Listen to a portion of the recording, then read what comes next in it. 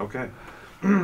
My name is Robert Franklin. I am conducting an oral history interview with Eugene Astley on December 5th, 2016.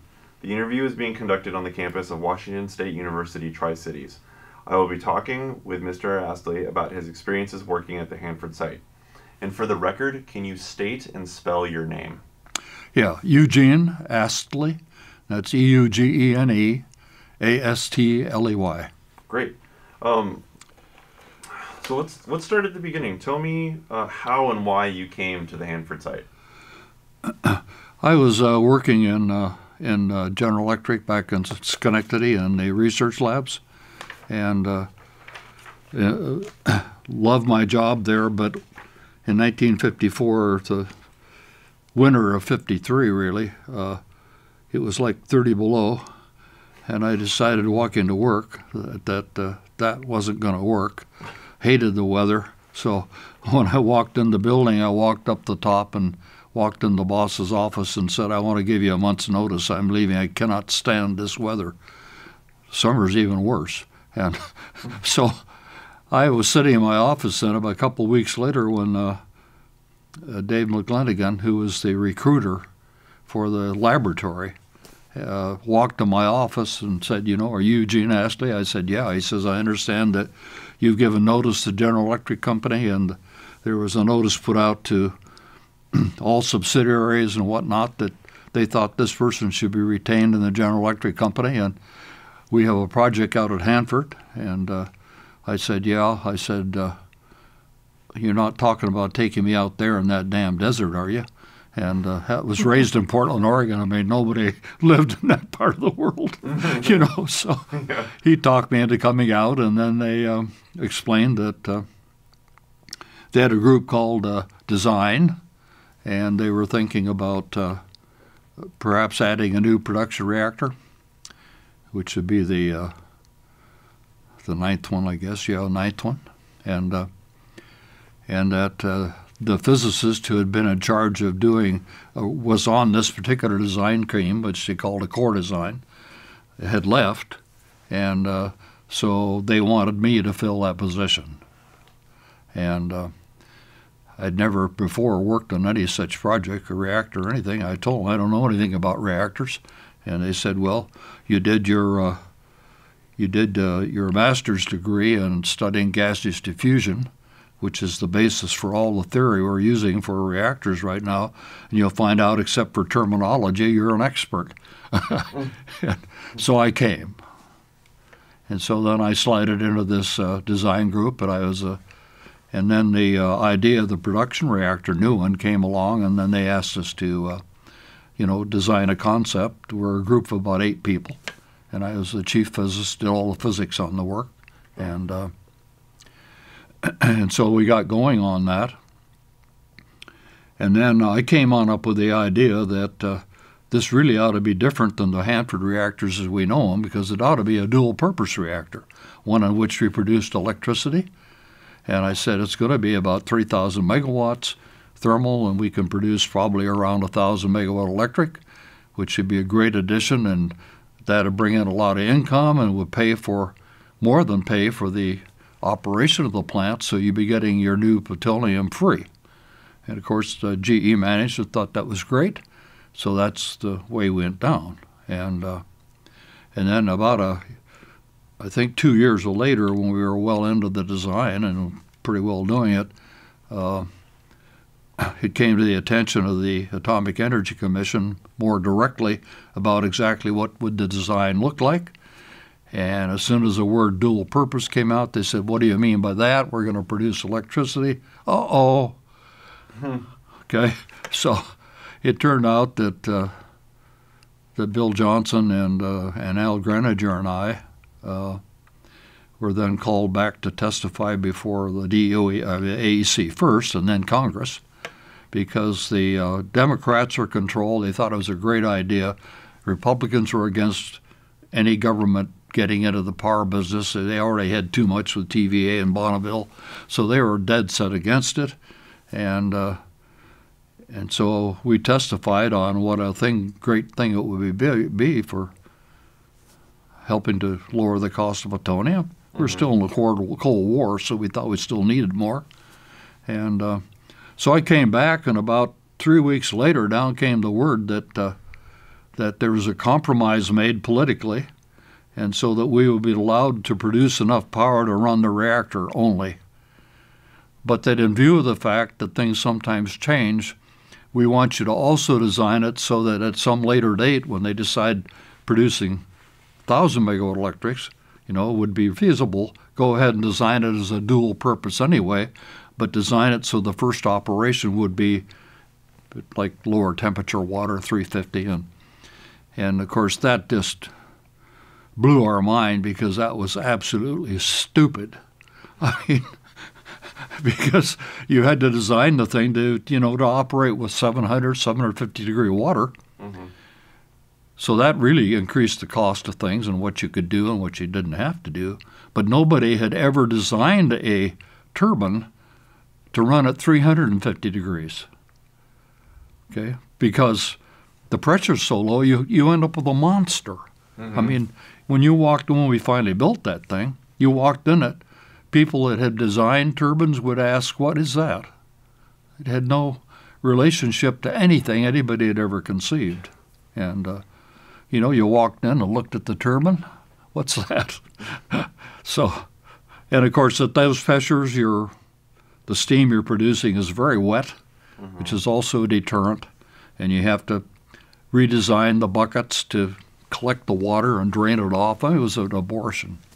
And it made it very difficult to design.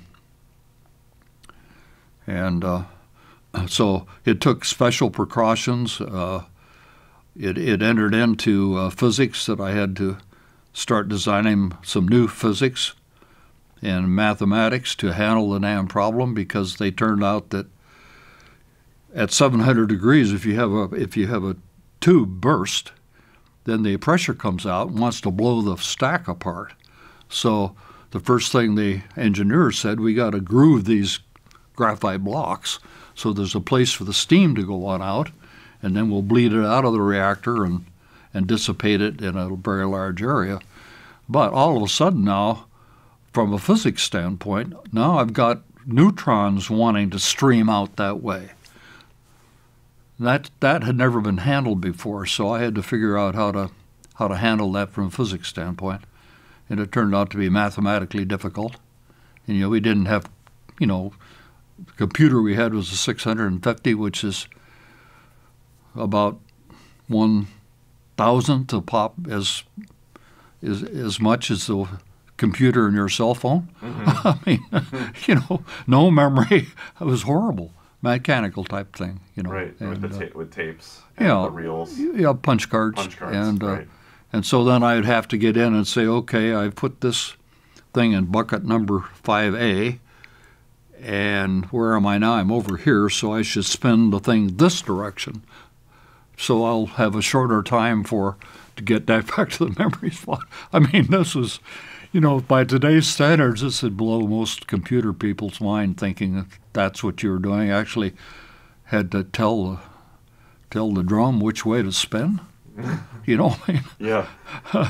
So anyway, we got that. We finally did design that, and it was then work. It did run for a number of years and produced enough energy to do itself. But of course, it got shut down before anything ever came of producing electricity.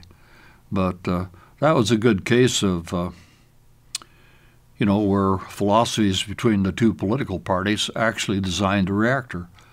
I mean, that's just not good. I mean, and I can understand because I was a Republican also, I can understand where they're coming from, but it still made sense from a standpoint of saving money for the country. Right. Yeah. And so I thought it was a good thing to do. And I didn't think of it in terms of really putting the government further into it, but they were afraid that it would set a precedence for all further government operations and that type of thing, and would be invasive from that standpoint. So their opposition was more ideological, and you perhaps had a more kind of practical viewpoint. Yeah. Of that. How did you solve the problem of the neutrons bleeding out? I did it by going to cylindrical. At that time you really had two choices, spherical or cylindrical. Mm-hmm. And I got to looking at cylindrical geometry. And then I remembered from my graduate work that the engineers used cylindrical, their theorists did, and that instead of in physics where we are using spheres, you use Bessel functions, and they were using Hankel functions, which are, and I'd never really used a Hankel function, but they're just as powerful for cylindrical geometry as Bessel functions were spheres. So I used that kind of a mathematical approach and cobbled up some, and then imposed upon it a radial geometry at the same time to make the math work. Mm-hmm. And so it was kind of interesting because what you did was increase the albedo and lost a lot of neutrons out, which then was important. What do our shielding have to look like, and how much more does that make it that we have to enrich the fuel to be able to sustain a fission? Did the reactor ever operate at 700 degrees? Because I know they put the steam generating station, the whoops. Well, what they did was they didn't build the second part of the turbine. Okay. They just built the turbine to be able to do its job. Right. And then later they could come on in with the normal turbine and move the old one back and go with a new turbine. And did that happen? No. Oh, okay. Never happened. Well, it was still politically impossible. Do you kind of connected with that reactor? Do you remember JFK? Were you present at JFK's visit? I'm sorry, I didn't get that. I'm sorry. Connected with the N reactor, were you present at JFK's dedication of the steam generating facility or the steam processing facility? Yeah, I think so. I barely remember that. Okay.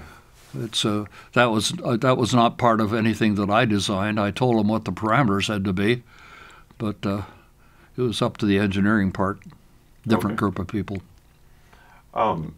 So tell me about the fast flux test facility and how you came to design that.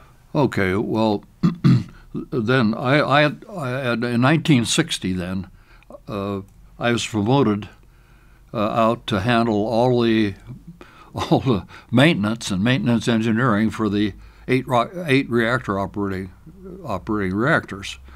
And at that time, when they pulled me in and said they wanted to do that, I said, I'm a physicist. I'm a theoretical physicist. In fact, I've done some experimental work, but I really am not a guy that knows much about maintenance.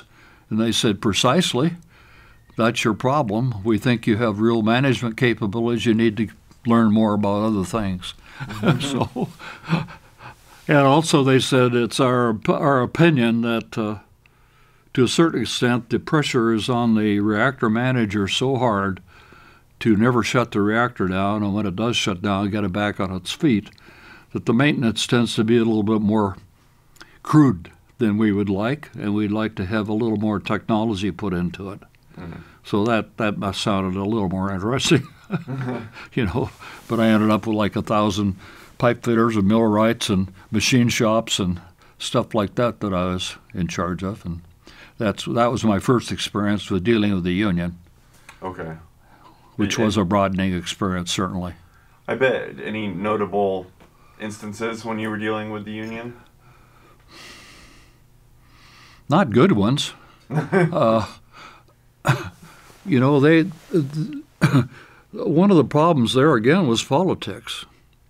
The unions were very strong with the Democrats, and so if you tried to get hard-nosed and have a strike, you just, the top management got a call immediately from the president or a vice president, that type of stuff, saying, we understand that, what you're trying to do is shut down our production. You can't do that. Give them whatever they want. That was the sort of philosophy. So they ended up with,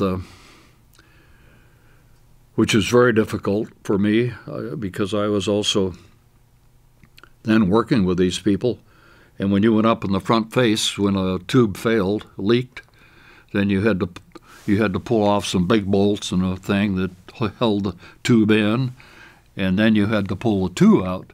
So the union argued that handling the tube was pipe fitter work, but handling the big flange was millwright. So you had to have both kinds of people up there at the same time taking radiation when one guy would have been able to do it. And then, of course, they say, well, we're all suited up, so they'll just wait while the other guy does his thing. So you had, 50% work. And so those kind of things went on that it made it difficult from a management standpoint because we had very strict rules about how much radiation people could take, and you had a daily limit and a yearly limit.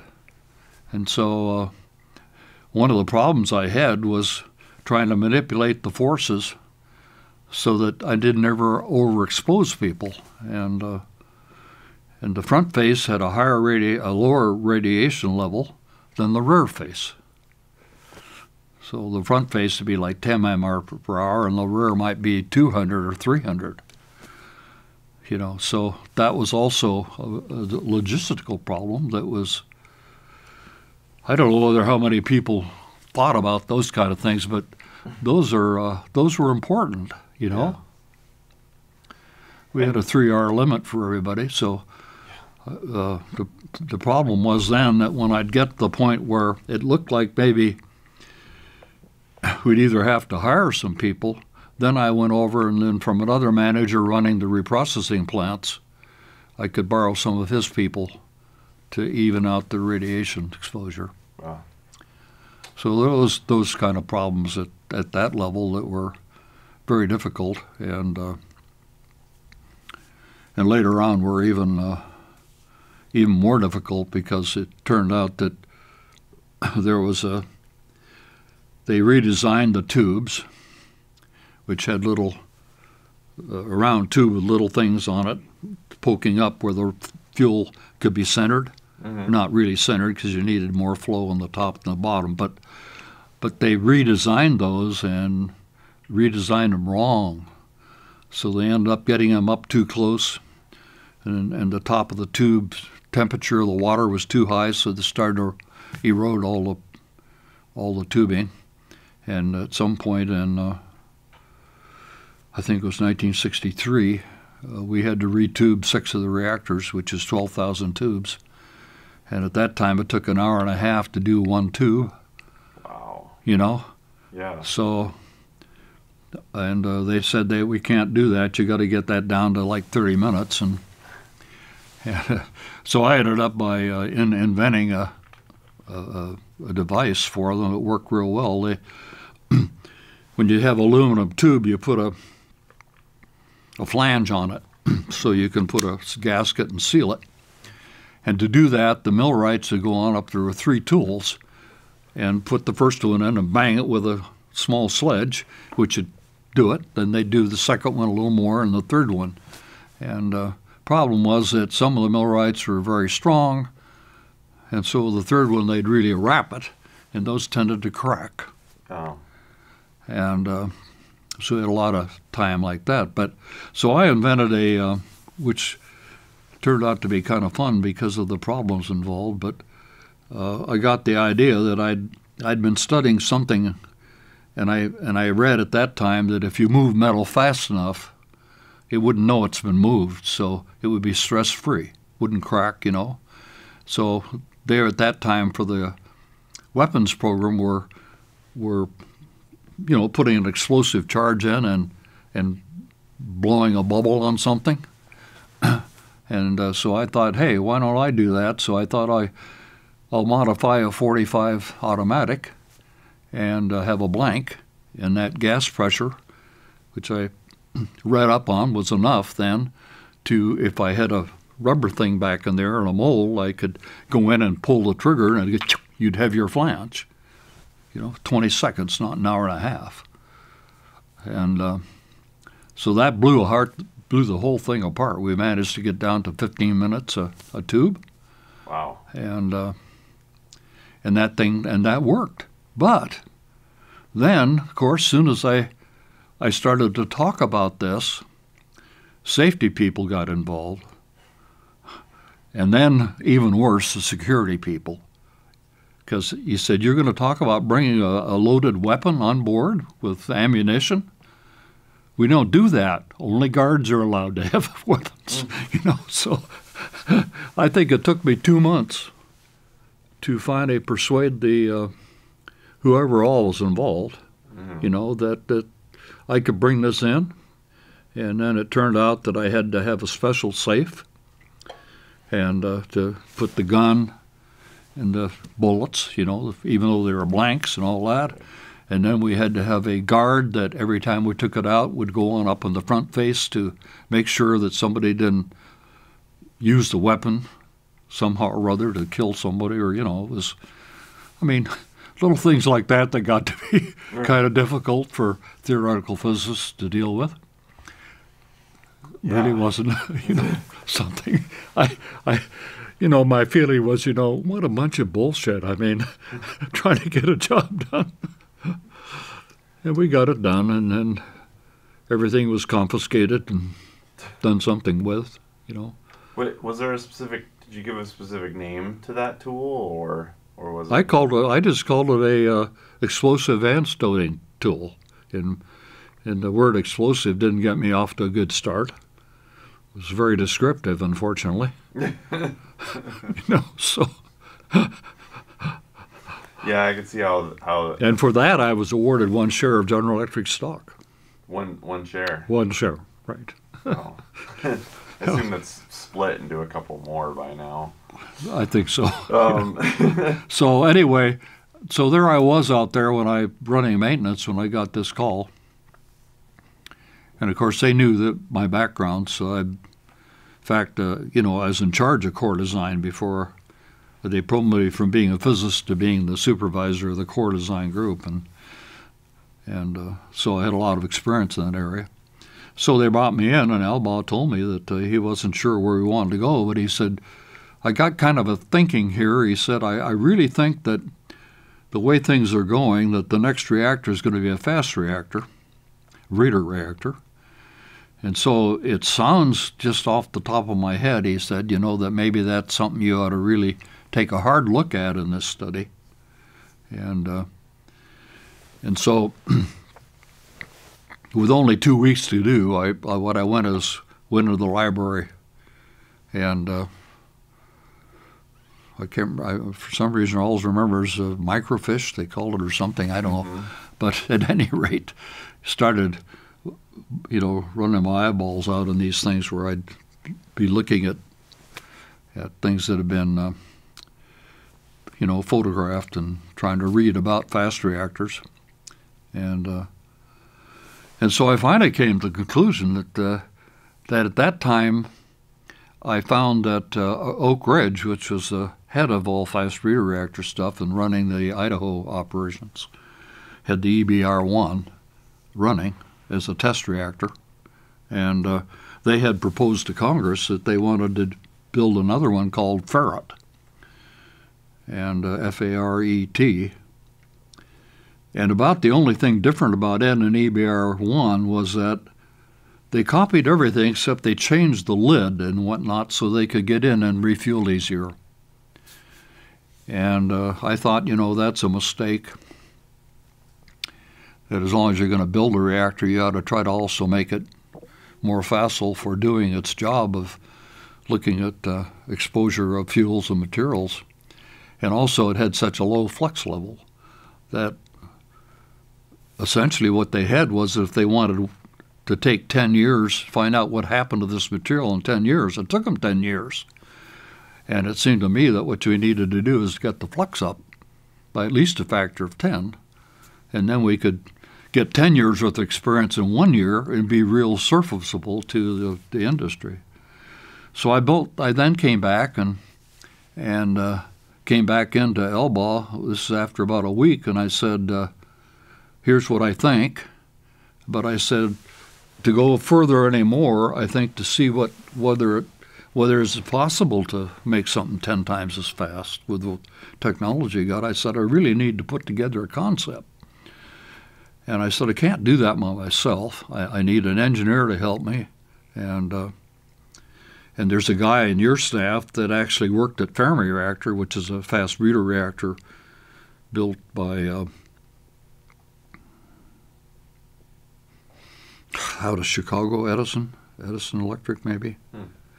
Can't remember what. Anyway, the head of that thing was wanted to always lead the parade, and they built it and didn't understand the graphite swells and so that was a big fiasco, because after about I don't know, 6 months or a year, the whole thing cracked apart and couldn't be run anymore.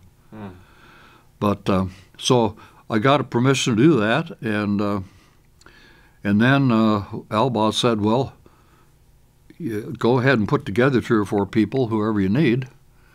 And he said, but I can't pay for it. I don't have that in my budget.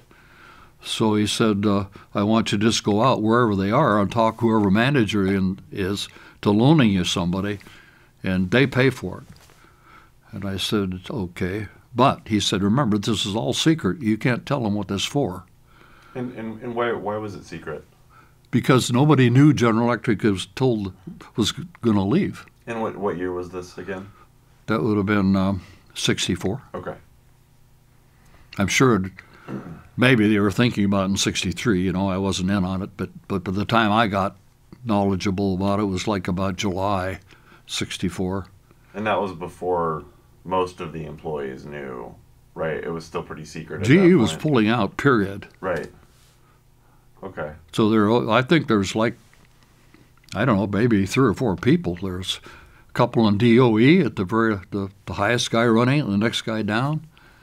And so it was a real super secret project. So it was kind of awkward to go into, a guy a couple levels higher than I was and sit down and tell him I needed to use his, like Les Finch was an example of who I consider to be the best engineer in the plant that I knew, and that I needed him, and but I couldn't tell him what for. Yeah. It was when I told Alba, I said, I said, I'm not even sure that's possible. I can't tell him something. He said, well, he says, you got a reputation for being the best pilot at the Hanford anyway, so you ought to be able to handle it. And I did.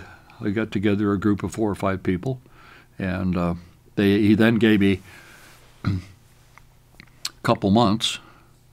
So it took me about 60 days with this group, and we came up with a concept, and I turned a patent in on it, got a patent on it, and then we actually came up with a design. In fact, I have a thing that's about this day. When I left there, they gave me a montage, and essentially shows the reactor and all the kind of parts that we devised, and it was a beautiful thing by a designer I had on there that was incredible, Garrett Drassman, and did everything in ink. Never made a mistake. Is that Dennis Brunson?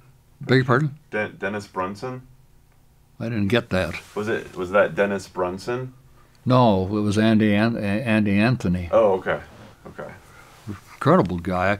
I mean, he did everything in ink, and he did it once. He did it fast, and he had an incredible ability to visualize 3-dimensionally. So he would sit in my meeting, and we'd discuss, and I discussed what I thought the core had to look like, and which I said, okay, we need more room, because that's the big problem, getting room on the top face for this reactor. And when I was down having lunch one day, I ordered a milkshake, and then I saw her lift up the thing to pull the straws out. And what happens then is that the straws fold out, okay? And so you have a matrix of straws, which I got back thinking about that. That's a way to get the things apart and still have a dense core. Okay? So we designed the core that way, and we only had to tilt the tubes like about 8 degrees. And that gave us a lot of room up there by the time you got up to where you wanted to work. And so that was part of the design. That didn't turn out to be, it wasn't allowed to go through. And the reason was that we were left alone. The head of the, I don't know, well, I'll tell you because I mean, what can they do? We ended up with a big political problem within the AEC. The guy that was heading the AEC was in bed with Argonne, you know, because they were the breeder reactor.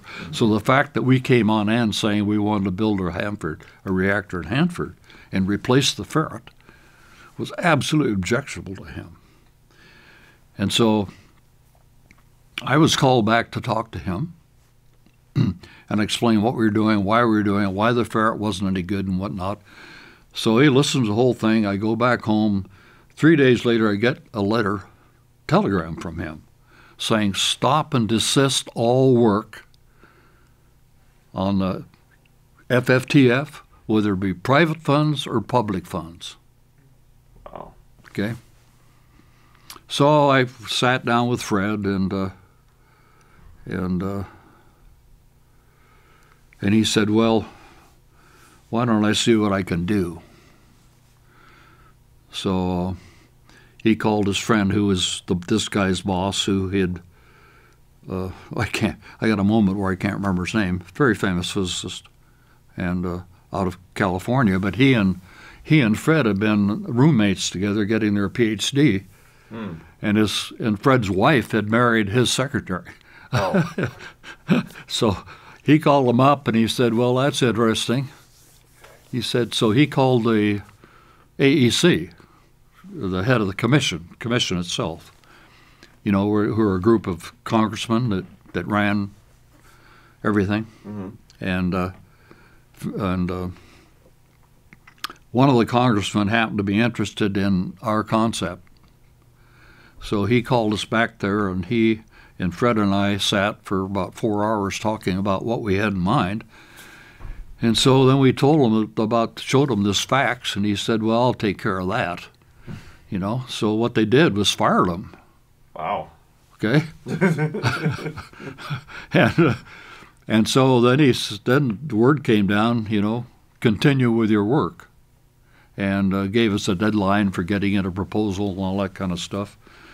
And I was left alone totally for a year, no guidance from the AEC. We were totally on our own. Mm-hmm. While they were hunting to replace him. And so they finally replaced him with Milt Shaw, who was admiral. Was he an admiral then? No, I think. Yeah, he was an admiral then. Admiral Rickover? Yeah. And so he came on in then, and then it took him a year putting his staff together as he thought he needed it, along the Rickover type thing. So it was actually 2 years into the whole thing where we had finished preliminary design. I was in the midst of putting out proposals to get the architect engineers in, mm-hmm. when I got called back there to meet Milt, and then about 2 or 3 weeks later I came back and made a presentation where we were, and he said, no. He said, you don't understand the problem. And I said, what problem is that? He said, politically, it's very difficult right now to get the money I need to go forward with a prototype breeder reactor. So what I've got is this reactor. So I'm going to make it, we want to make it as close to a prototype breeder as we can. And I said, if we do that, it's going to sacrifice 90% of its ability to do the kind of work we really want to do for studying materials, which is our proposal. Mm-hmm. You know, so we won't be, the flux will be lower, and we'll be back to looking like a modified or, you know, better machine than EBR1. But I said, that just doesn't make any sense to me. And he said, I understand your technical problems, so that hasn't anything to do with the problem. I can only get so much money, and I said, if we do that, we can't do this reactor for the costs that we've pledged to do. I said, I have no idea what it will be costing, but it's not going to be around 100 million. And I said, it could be 200 or 300 million, I think, And he said, well, your thinking isn't important to me. I'll take care of that problem. Okay. So we finally received orders that we couldn't skew the core. He said, who's ever heard of a commercial reactor with a skewed core? So that doesn't make any sense to me. I said, it's only 8 degrees. I don't think that's going to make a bit of difference. Well, he said, we want the core straight. So then he said, now, in order to do that, the people who really know how to do that is Westinghouse. Now, their whole background was Westinghouse, his background. And so he said, why don't you go out for proposals to design the core to at least 3 different people, including Westinghouse. And then he said, also take a look at Idaho, which was essentially part of the same group of people. And then and then throw General Electric in. So I was forced to do that, which meant that we were back starting at scratch, 2 years worth of work down the drain. And so that went on. I guess that was in late 67. And so by 68, we had that work done,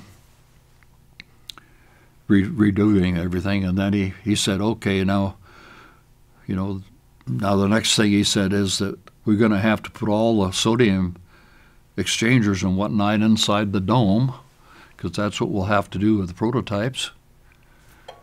And I said, that's going to make the dome be bigger than any dome anybody's ever built in the world. I said, we can't just say we're going to do that until I get a chance to talk to people, like Chicago Bridge and Iron is probably going to have to do the job, or the Japanese. Don't want the Japanese, he said. Okay, Chicago, can't find out if they can do this. I said, you're talking about equipment, and their equipment can only do so big. So I went back and talked to them and found I was right, that they couldn't do it, but that they could build a piece of equipment to do it, provided that the AEC wanted to pay for it. So I came back to him and I said, for $50 million they can do it. He said, what's the $50 million for? A machine. You're handling these huge things, and they got to be cylinders. They don't have any equipment, cranes and everything. So I said, okay, well, that's no problem. And so we went, and it kept going that way. And then in late 68, I finally hired Bechtel to do a cost estimate for me on where we were, and it came out about $455 million. and so I wrote a letter to Shaw and told him, the costs on this project are totally out of bounds. I said, every time we turn around, I get instructions from your staff to add this or add that, and it just keeps going on and on and on. I don't know where we're going, but I said, from my study, we can probably go back to 150 million to 200 maybe, and keep most of the things you want.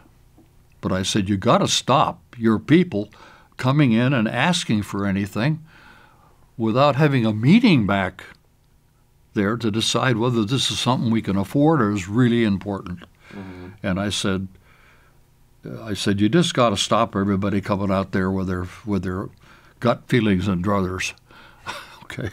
Well, as you can imagine, that didn't sit well, and I got called back there. And he just really dressed me down. It was everybody later told me the whole floor evacuated. It was so loud, him yelling at me.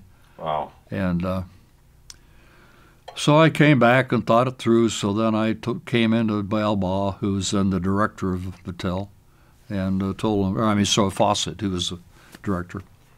And I told him that I really felt at this point the costs are so far out of control, and I showed him the letter I got, that we needed to withdraw from the project. Okay. Now, this is nowhere in anybody's record, so I don't know what you want to do with that information. But So it caused a meeting, and then finally Fawcett and Albaugh and I went back to the Board of Trustees and told them why we wanted to do this, and they gave us approval to do it. We then set up a meeting with AEC, came back there. And in the meantime, Shaw had gotten so irritated at what I'd done that he decided that I wasn't under proper control. Mm-hmm. So in the meeting, he said, what I want to do now, this meeting, is I want to reorganize like I've done down at so-and-so, and the laboratory will still be responsible for funding, handling the funds, paying the paychecks, but Eugene Astley will then report directly to me, running the lab.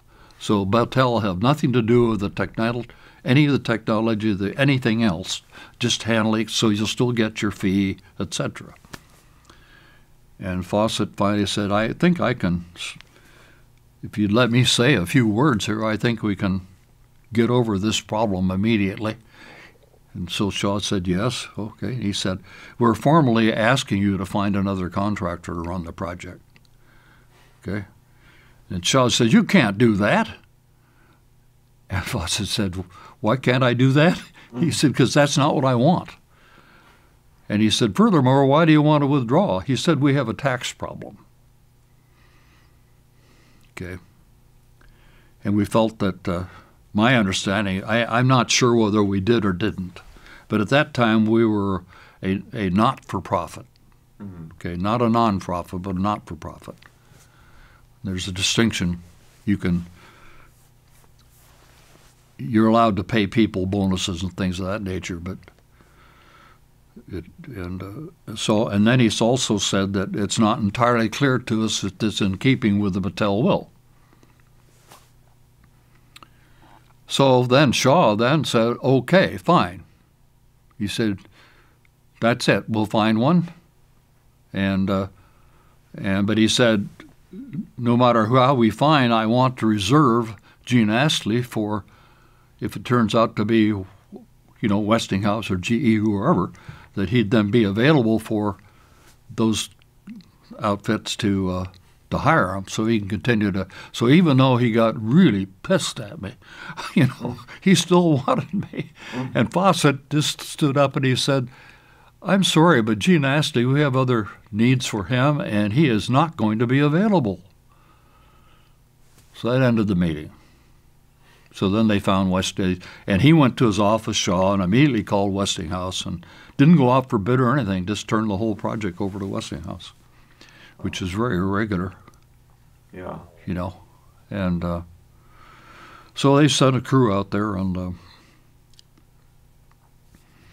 it was kind of funny because the guy that took over, he was talking with the paper, and he said, they said, "Isn't this going to be a problem, with a big transfer right in the middle of your design?" And he said, "Never fear." And I won't name his name, but he says, "So-and-so's here." It happened to rhyme. Yeah, he got replaced about 6 months later. And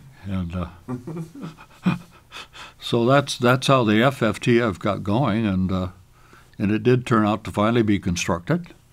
Its flex level is very low, and I think it might have been just slightly higher than the EBR-2, but it did a lot of work, ran successfully, never had a problem. Safest reactor in the world, and they did retain all of the safety features, and one of them was a very important one. I don't know whether you care about this, but the fast reactor, if you have somebody pulls all the rods in a thermal reactor, the power level goes up pretty fast. Mm-hmm. But it's not an explosive thing. It just goes up enough where it melts everything down. Right. Okay, it doesn't really explode. Right. And but in a fast reactor, that's not true. When you pull all the rods out of a fast reactor, the power level goes up in 1 × 10⁻⁻⁶ seconds. Wow. Microsecond. Yeah. Okay. Dynamite takes 5 × 10⁻⁻⁶. So it's faster than a dynamite. Okay. So that is a major problem design. And And so what that means is mechanically you can't do a damn thing. Nothing can respond in that period of time. Just to detect it takes you longer than that, you know. Yeah. So the question we had with the FFTF was, what do we do about that? And it was funny. One winter I went to work and I put up the garage door, and there was water and ice all over the floor. And my water heater had been in the corner, put in the garage, and it was so cold, and the door had been open, left a little bit, and it froze the damn thing. So the safety valve went off. And when I got back, I thought, you know, that's a good concept. So when this thing happens, this huge explosive force, and I had calculations to go on by the Army, who was doing experiments on what it takes to blow up cylinders and spheres and stuff. So I had a lot of data on what kind of explosive force. And so I said, what we need to do is have a safety valve of some kind, so when that goes off, the first force blows it open. Okay, so we've destroyed it. The core is now going to get hot. It's going to melt down, but we know how to handle that. But the explosive we've got to be taken care of. So I said, I don't know, how do we do that? Well, this engineer I had came up with a beautiful idea. He said, well, what I can do is design the bolts that hold down the lid so that that force will pass their elastic limit and they'll break and the lid will fly off. Perfect safety, and it's simultaneous almost. You know, the pressure gets too high, it blows. Perfect. So then all you had to do is design a big concrete container around it with enough volume to take that expansion. So, and then we had a core catcher down there that we could cool so that we wouldn't do the China syndrome where it melts down and goes to China, so to speak. And so those kind of things were all put into it. So you were at a meeting with U.S. and Russian reactor The Russian was up there explaining the fundamental design of their new reactor group, which included the design of the Chernobyl. And he explained what they were doing, and it was obvious to me then, you know, that they were, in our reactors, we under-moderated them because then you get a negative temperature coefficient. So the reactor tries to shut itself down. Theirs is going to make it worse. Okay, so I can't get up and say anything about this because if I do, one of they say, why are you doing that? Well, I can say, you know, to have a negative temperature coefficient, but I'm not allowed to help them. And furthermore, if you under-moderate, you increase the production of plutonium. And the fact that those physicists didn't figure that out blows my mind. You know, Fermi figured that out. You know, and so anyway, in this meeting, then I stood up to ask him a question. And immediately, a guy that's standing behind him walks up, takes the microphone. Now, this guy gave a speech in really quite good English. And he says, I'm sorry, but you know, that although he can speak English pretty well when he's practiced it, you know, to give the English speech, he really doesn't understand English very well, so I will interpret for you. So he answers my question with nonsense. He doesn't know anything about anything. Okay, and so there was no exchange. And then later we had a meeting where you have some drinks and you can mingle around, and I hunted this guy down again, and immediately this same guy shows up. So he's going to conduct the conversation between us. Right. Anyway, later on, that was a Chernobyl. Yeah. And that had the positive temperature coefficient. And of course it went bluey, you know. Our reactors weren't like that, but very difficult to explain that to public. Gain any any believability. And so the scare was still there. And then we melted down the reactor. But there was no radiation because even those reactors were all our commercial reactors are built with negative temperature coefficients. It's a safety problem. But everybody in the commercial world was either trained here at Hanford or back in Westinghouse at Malta. Mm-hmm. You know, so that was sort of all ingrained to us, that you try to make it as safe as you can be. Mm-hmm. And that although you don't want to melt something down, that's an economic problem, not a safety problem. But we've never been able to convince the people that have a gut feeling that it's an atomic bomb, and those are the people who prevailed, because those words are much more receptive to get attention of the public, you know. Yeah, I do know. And and then I guess as maybe you're a historian of type, well, here was the thing. I think that if there's one thing in my life that still peeves me, when I got moved from GE, I had a super secret clearance, not just the Q, but one above it, because I knew how much plutonium we were making and, you know, how many caps we were making, bombs we were making, that kind of stuff. And so I had gone out of the library when I had this end reactor and looked for search thing, and I saw some stuff by Fermi. And so I got 2 of his workbooks, brought them back, and started looking. Then he had some ideas, particularly one that helped on design of control rods, because a control rod is so black, it's absorbs all of its neutrons in about that much, and we didn't have any diffusion theory. Didn't work for that. And he had some ideas about how he might approach that, and how he did approach it. And then he went on to talk about a bunch of other things, and it was all in his own handwriting, and he'd scratch out, says, dumb idea. You know, he'd go on, and it was, a beautiful thing to read. So when I went to GE, I tried to check those out and to Battelle and take them. But I'd lost my clearances. So you can't have them. But if you get a clearance, so when I went over there, I applied for clearances and got them 6 months later. I go back, but some kind of a thing came down from AEC that a certain date type things were no longer considered classified, so burn them. So they burned. They burned Fermi's log, like personal notebooks. Wow. That irritates me. Yeah, that irritates me too. Especially because I'm an archivist. And yeah. I deal with people's personal matters and archival materials, and that's really a tragedy. Yeah. But, one of the geniuses of our time that wouldn't have probably made it without his help, his guidance. Mm-hmm. You don't preserve something like that? Yeah, that's insane. Pretty irritating. Yes.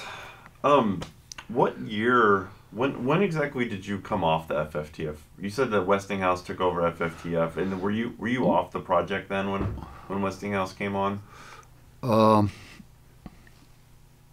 Which announcement? Sorry, when they were breaking up? No, when you mentioned that you were designing FFTF and then Westinghouse took over. Were Yes. you off the project then? I asked to get off the project. Okay, and what year was that? Probably early '69, I think. Okay. And so it just happened that the guy that was running another department, a big one, decided he was a statistician of note in the world, and that's really what he liked, and it was very distracting. He didn't get enough time to work on his own stuff, so at the time that I became available then, Fred also knew this was going on, and so there was a spot for me to move over, still reporting to, and so I took over applied and theoretical math, applied and theoretical physics, world economics, that type of stuff, and it suited me pretty well. And that was at Battelle? At Battelle, okay. Right. And what other projects did you work on after FFTF? Well, then I left Battelle in '71 and joined Exxon Nuclear. Okay. And became a vice president of Exxon Nuclear, making fuel, plus a lot of other things. And during that time then, I started up the Exxon nuclear centrifuge program, and also the laser enrichment program. I had both of those, and both of them doing very well. The centrifuge project got enough so that we actually bid and won a contract with, I can't remember whether it's still AC or ERDA. I'm a little confused on timing between AEC to ERDA to DOE. Okay. Can't tell you. Yeah, sure. One of those guys asked 3 different organizations to bid on making 50 centrifuges at a cost, fixed price contract, and deliver them to Oak Ridge so that they could determine whether or not somebody other than Oak Ridge could make something, or Goodyear, who was in it. So we bid on it, fixed price, built them, delivered them within 6 months, and that was our first large group. They were then put into Oak Ridge and into their cascades, and they ran for a whole year when they decided to then implement the next stage, which was to build 5,000 of them. In the meantime, Boeing and Goodyear were still negotiating with AEC and saying that, hey, these are too developmental. No way can we build at cost. So they came out with a new bids. We bid on it. We were the only ones that had any manufacturing experience on centrifuges. Mm-hmm. We put on a fixed price bid again for the 5,000. And Goodyear and Boeing finally gave up on bidding the 50 and had the same problems with bidding 5,000. And then they opened up the bids, and we were eliminated on the basis that we didn't have manufacturing experience, that we were Exxon, they were chemical engineers, and et cetera, whereas Boeing and Goodyear were hard-nosed mechanical people. And so we were knocked out of that bidding, so my project was shut down, which was rather hard to take, since we were at that time still had our centrifuges we made for them operating well, gave them no problems. They were started up. They were never shut down in that year, and we had better statistical data than Oak Ridge did on the ones that they had made, and so that knocked us out of that. At that time, I had already gone to the board of directors of Exxon and sat in their thing and got approval to go forward with a $1.5 billion project in 2 phases, and 900 for the first phase and the rest for the second phase, to build an enormous centrifuge plant, which would then put Exxon into the commercial enrichment business instead of the government. And our prices are going to be 30% lower than theirs, which I thought was a good thing for the American public, but it wasn't. And why wasn't it? Because President Carter was in charge, and I had a friend of mine who was a good friend who was one of his cabinet, and I asked him one day. I told him how we'd gotten cut out, and I said, I can't understand that. I mean, what's wrong? What made that decision? Couldn't have been technical. And he said, well, don't tell anybody. And he's died since, so he's not in jeopardy. But he said, I sat in a cabinet meeting, and it was explained to us by the head of the AEC at that time what the situation was, and they felt that they were going to award us a contract immediately, but continue to negotiate with the other people. And so then Carter said, who did you say? And they said Exxon. He rams us, bam. Exxon's already controlling the damn energy of the world. I don't want them meddling in the reactors also with enrichment. Find some way to disqualify them. That's what really happened. Wow. No record of that. Sure. So yeah, it's not very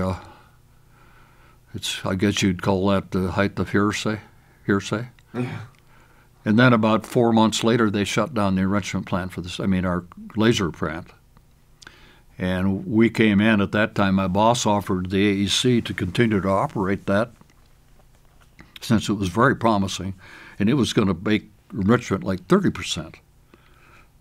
Much even better than the centrifuges. Mm-hmm. And he offered to operate the plant for $1 a year, just like DuPont did at the beginning, and continue the thing. And then he said, when the plant first gets on its feet, I'd like to be paid back for the $80 million I've invested in this through your operating profits. AEC said, no, we don't want you involved in this. So they then said, well, but we'll buy all your equipment for 10 cents on the dollar, and we'll transfer it down to California. And because they're also experts on lasers, so they shut that down.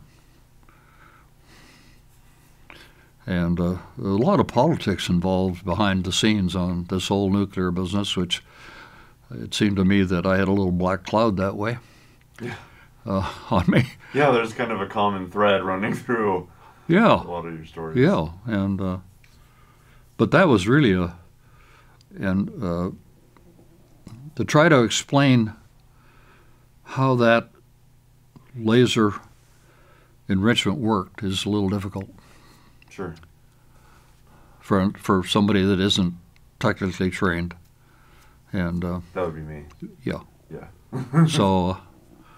But that was a beautiful project, but I'd already gotten, and then also I'd already gotten approval to go forward with the first step to build a fairly large prototype, and for $50 million. So I had the total board behind me. And in fact, when I went before the board of directors, at one point I was supposed to give a 30-minute talk. Because I had to go to the board because I was asking for $1.5 billion. If it had been less than $1 billion, I would have gone to the management staff instead. That would have been too small for Exxon to worry about at the board level. The only company that could do that. In fact, they were allowed to round their income tax off the nearest dollar. I think probably things have changed. But anyway, during that, at the end of an hour and a half, and I'm still talking about this project, and finally the chairman says, puts up his hands, fellows, he said, we've kept Mr. Astley here for an hour and a half. He was only supposed to be 30 minutes. I don't think any more questions will learn any more than he's told us everything. We should have enough information at this point to make a decision whether to go forward with this. And Bennett, who had just come back from being treasurer for whoever was, I don't remember who was then, Ford maybe? Ford probably. Yeah, I'm sure it was Ford. He'd taken a leave of absence to be treasurer, okay, and came back. And he just finally says, to the chairman, he says, Mr. Chairman, he said, we have enough information to go forward. Let's show those goddamn AEC people how private industry can do the job. Mm-hmm. So I got my money, but it didn't prove to be a big sinkhole for Exxon. And but those kind of things were going on that made my life interesting. Yeah. When did you leave Exxon? I left Exxon in '83. They were going the direction. They wanted to get out of the nuclear business. Mm. And they didn't mind continuing in the fuels business because we had such a good reputation for, I think we've been in business since we at least 10 years, never had a fuel failure. Anybody that we ever produced, which nobody else in the world could claim. Mm-hmm. And we knew how to make fuel. And I was heading up the fuel plant here in Richland at that point, and the one in Lingen, Germany. And but I had other projects going which were very successful, and they shut those all down to concentrate simply on fuel. Mm-hmm. And So I sort of looked at it, and about that time I got a call from Sandvik, and from the president. He said, "I'm retiring, and I'd like to talk to you about taking over for me." And so I did. It sounded like a good, I guess my feeling was it ought to be a lot more fun to be the big fish in a little puddle. So I went in '83 and retired from there in '91. And during that time, used the technology that at that time, Sandvik was building nuclear fuel tubes, zirconium, for 3 different companies, Babcock & Wilcox and Combustion and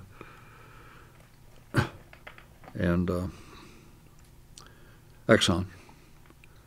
So that was a direct application of nuclear information, because that's the design of all that came from having worked for Hanford and other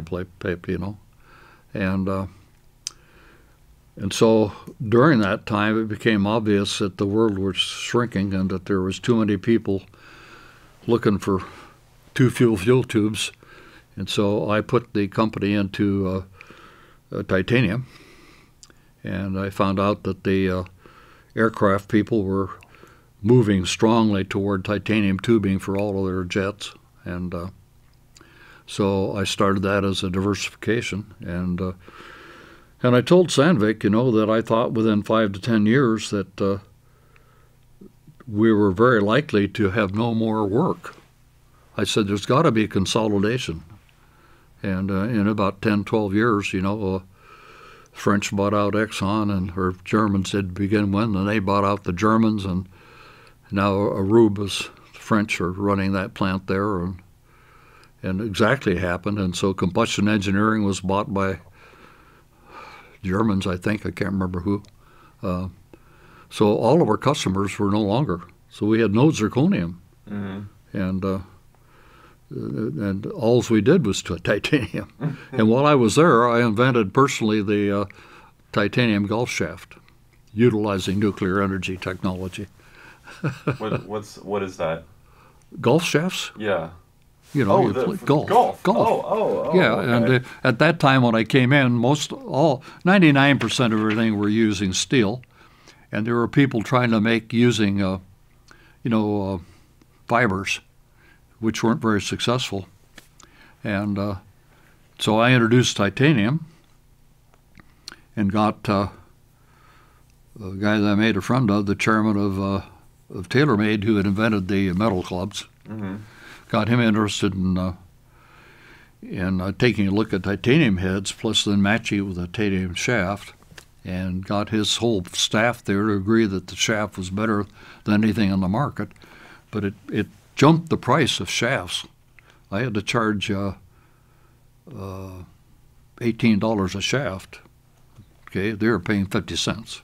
Right. Okay, so that was a big change, and I managed to convince him that. He said, "Hey, we're in a big fight. A driver costs somewhere between $90 and $100. And if you try to get over $100, all of a sudden they start shying away because they're pretty much the same. I mean, they claim different, But at any rate, I said, well, that's not what you want to do. I said, this gives you a chance to have something that is uniquely different. And so instead of discharging for $18, $99, make your clubs sell for $199 because you have something to sell." And he said, "Yeah." He said, you should have been my marketing manager." And I said, "Well, I am. I'm trying to sell you titanium."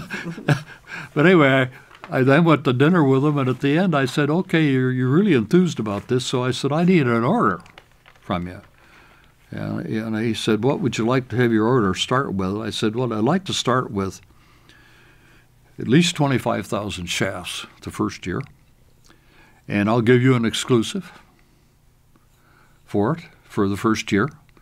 So he pulled over a napkin from the bar, sort of thing, and he writes down, I agree to buy, 50,000 shafts from Sandvik Special Metals at $18 a shaft with exclusive rights for 1 year, signed his name for me. So I took that back to only way you could do this would be private industry.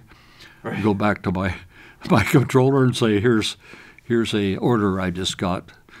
And he's a Mormon, doesn't drink. He says, this looks like a stains on a cocktail napkin to me. And I said, yeah, that's where I got the order.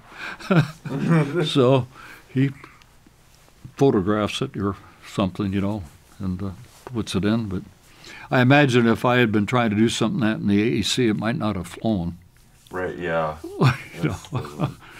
They'd have at least 15 regulations I was breaking. They'd have to be in triplicate, too. So. Oh, yeah, right. I wonder if you could talk about living in Richland during the Cold War, and working at Hanford during that time. You had mentioned some previous experiences with Russian scientists, and I was wondering if you could talk about how the Cold War affected you and your work and your family. I think it really didn't affect us a lot. I lived in North Richland, and I built a home there. And I think the thing that was interesting was that, well, first of all, of course, by 54 there was enough of Richland, so what we used to call the termination winds were not so severe anymore because you had all the trees and the houses that were, so it was a little bit more protected. Mm-hmm. So that didn't, although even then we had some pretty fierce dust storms compared to now, and really bad. And at that time you didn't have all these fancy windows. They were all sash windows, so they leaked like a sieve. So every time you had a dust storm, the inside of the house was covered everywhere with a little layer of dust. And I would say that perturbed my wife. And all the other wives, because that meant a lot of work. Yeah. And it wasn't as if you could just go in and dust something. I mean, whole damn place had to be vacuumed. All the windows, everything had a surface, and it wasn't a minor thing. I mean, you could write your name and everything. Wow. And so that was something I think that certainly most of the females probably had to do the work. And the kids didn't care one way or another. I think they were kind of oblivious to everything in terms of Hanford experiences. So I didn't see much effect there. But in 1960, then I guess we were probably DOE by then. I'm still not sure. But they then decided to, with the Corps of Engineers, to sell the town and get out of being property owners and renters, and so they sold everything and that was a big change. Right. Because with that came retail, because before that, anybody that had wanted to build retail had to get approved and get a secret clearance and be approved, and so there weren't very many of them. So there was no competition. Right. And that affected strongly the feelings that Pasco still has toward Richland, because they're being shut out of opportunities in Kennewick. Mm-hmm. And so, and a lot of people that lived there actually wanted to get out of the government atmosphere, and so they bought and built homes in Kennewick. So Kennewick really became the place where the people who could afford it went. So it tended to be kind of a blue-collar town with a lot of young scientists that hadn't gotten far enough, to really feel good about building something. How come you lived in Richland? Because at the same time when I came, they had, in 1952, I think, the AEC built a whole section of Richland, which are starting at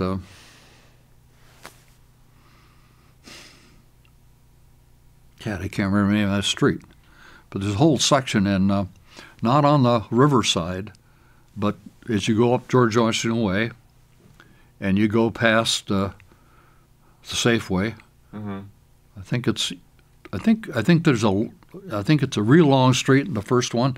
That whole area there were built by a private contractor and allowed to rent. Okay. So instead of having to go into an F or H or something like that, these were available, and they were new. Mm-hmm. And the one I moved into had only been lived in for about 3 months. And the rent was, I think I paid $70 a month. Well, what was your monthly salary at that time? Let's see, that would have been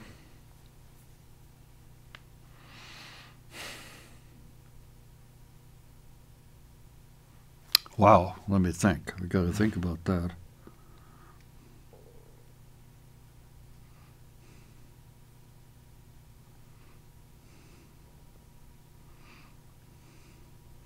I'm guessing $500 a month. Oh, okay. So that's pretty low rent then. Yeah, yeah, the that's a rent good was deal. significant still. Yeah. Yeah. So that's why you moved to Richland then instead of Kennewick, just because there was a new house. Availability of the new house and close to work, and I didn't know anything about the community. And Right. I didn't realize that Kennewick was the Little Rock of Washington. You know, blacks were not allowed to live there. Yeah, can you talk a little bit more about that and kind of the segregation in the Tri-Cities? Well, it changed in probably '66 in that area. Mm-hmm. And I found out about it. I really wasn't that knowledgeable about it. We didn't have many blacks in Richland. They were certainly could live there, but there certainly weren't anybody. You know, the number of blacks that were technically oriented or graduated aren't very many back in the 50s and 60s. You know, so it wasn't like having a big flux of them. That changed in the late 60s and 70s.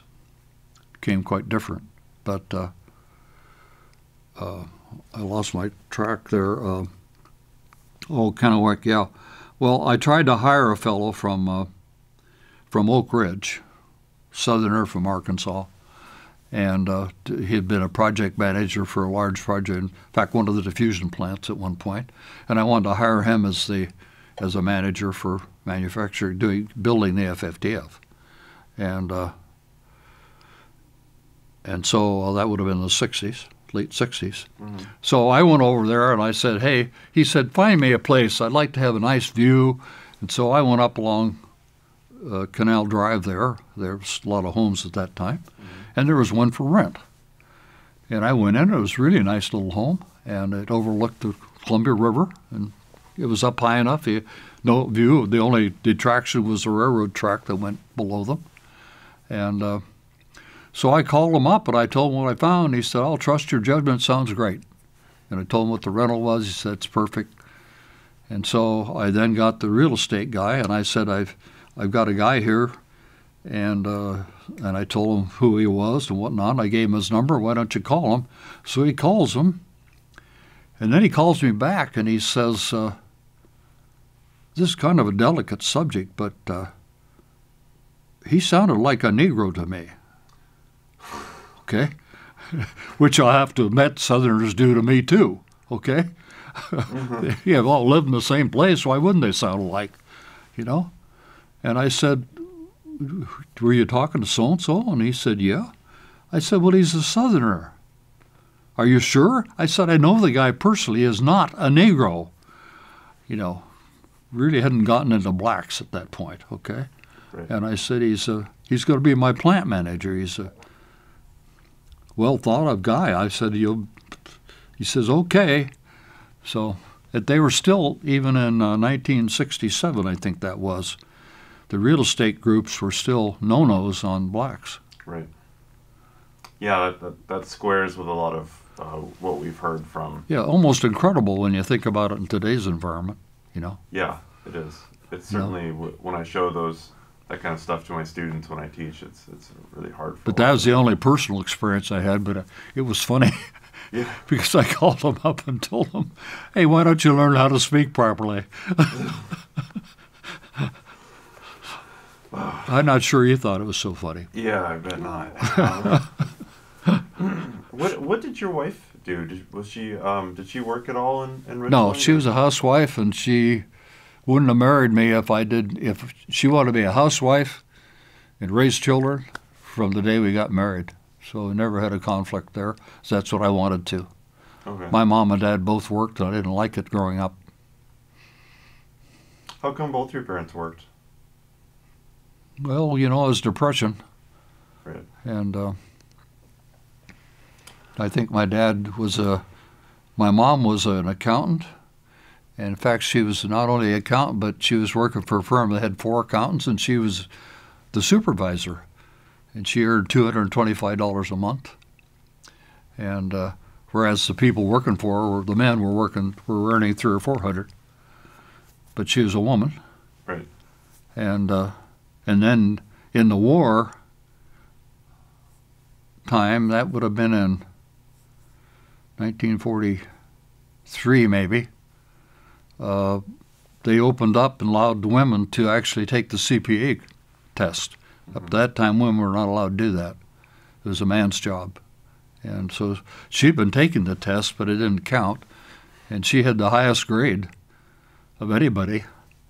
So she finally became a CPA because the men were all off, in the war. Mm-hmm. That's really interesting. So there's still prejudice in those days. And in those days, of course, if you went in the bar, there was 2 entrances, one for the women, one for the men. You could join when you got in, but you couldn't walk in arm to arm. Because that makes all the difference, right, as to what happens inside the bar. Yeah, right. Is there anything that I haven't asked you that you'd like to talk about?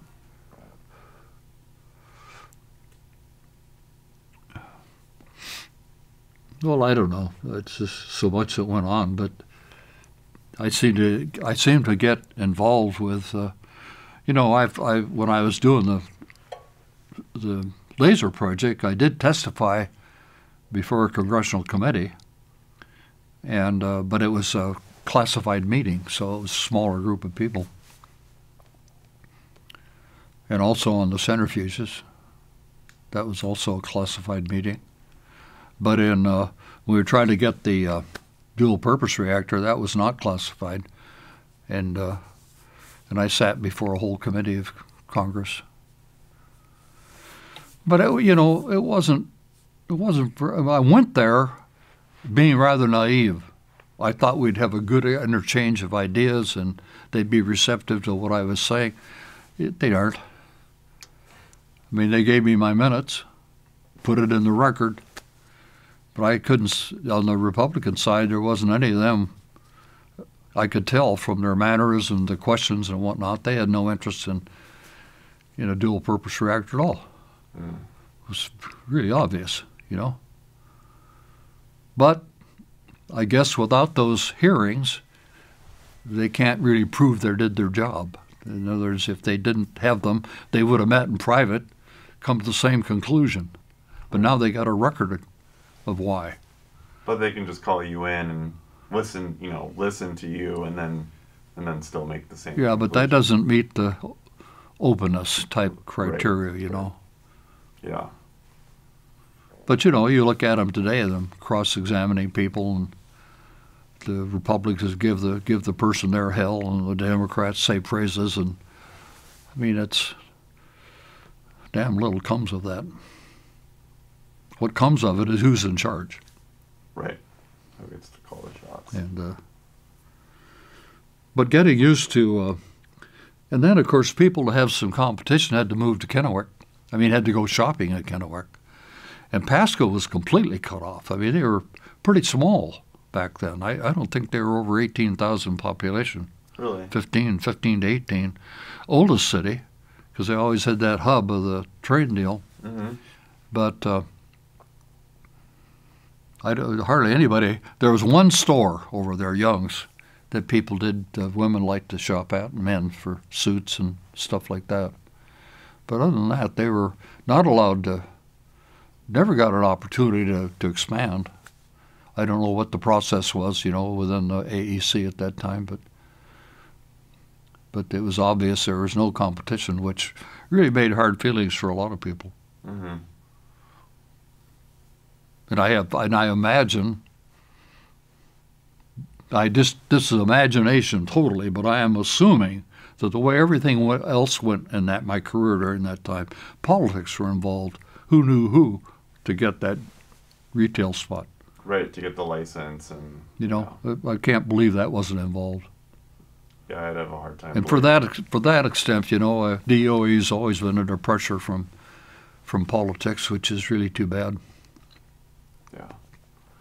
Well, Eugene, I just want to thank you for coming and sharing all of your history with us. I really appreciate it. You really shed some light on some really interesting. Well, I guess when you get old, you like to reminisce.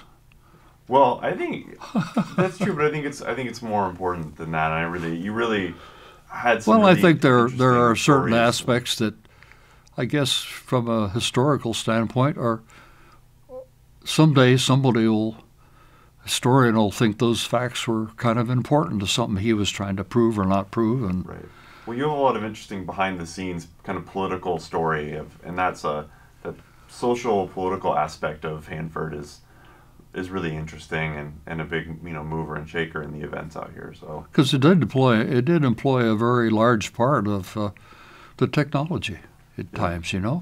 So it wasn't just as if that wasn't involved, that we were all out there doing our technical job without any interference. That was simply not true. Right. And I think that's a really important thing to keep in mind, studying the past, but also looking at present events and what's happening out there now. And as well.